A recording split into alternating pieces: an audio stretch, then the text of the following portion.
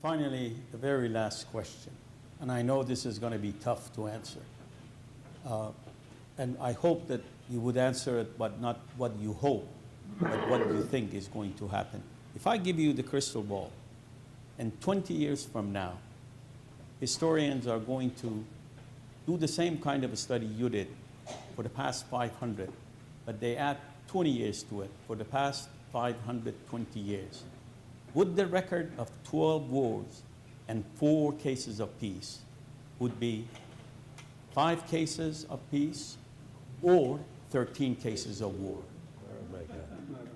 Thank you. That's, as usual, Mohsen asks very easy questions. This is impossible. We try to be easy. Yeah, thank you. No. I think it's a very fair question. So, this book is not fatalistic in any way. So I do not believe war is inevitable. And it's not even pessimistic, even though the odds don't look good. Because I'm an inherent optimist, so I can have a hard time being pessimistic. But I think the odds that, so I don't really, I haven't settled in my mind a good answer, but I'd say the odds of there being a war, even a catastrophic war, are much larger than we would otherwise imagine. Because we think that wars, especially wars between great powers, are obsolete. One of the problems with having lived 7 decades without a great power war is that for many people, this is no longer part of what they think is possible. But as I explained in the book, and you and I were talking earlier, these 7 decades without great power war are not a coincidence or an accident.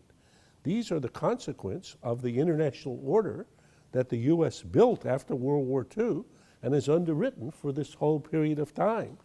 And it hasn't been challenged by another power as big as strong as we were. It was challenged by the Soviet Union in the Cold War, which looked like it was going to emerge as a serious challenger, but ultimately its economy was not able to sustain that. So a China that, if it continues as it's growing to the point that it's half again larger than we are in terms of economy, will require adapting. And that's going to be very painful for Americans who are accustomed that, I mean, people like me, I know that the U.S. deserves to be number one. We should be number one. We need to be number one. The role we've played as number one has been essential. So I think the odds that a great power competition could lead to a great power conflict are way, way larger than we think.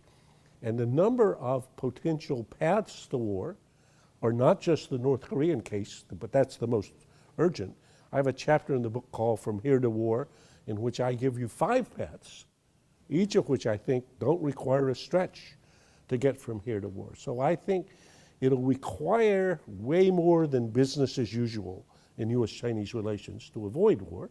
But as I say in the book, Santayana had this great insight. He says, only those who refuse to study history are condemned to repeat it. So there's no necessity for us to make mistakes. It's just, that's what we'll do if we're lazy or not imaginative. But since we can see that at least in the Cold War, people were, Americans like us, were able to be imaginative and to be adaptive, I don't see why we shouldn't be successful in doing that again.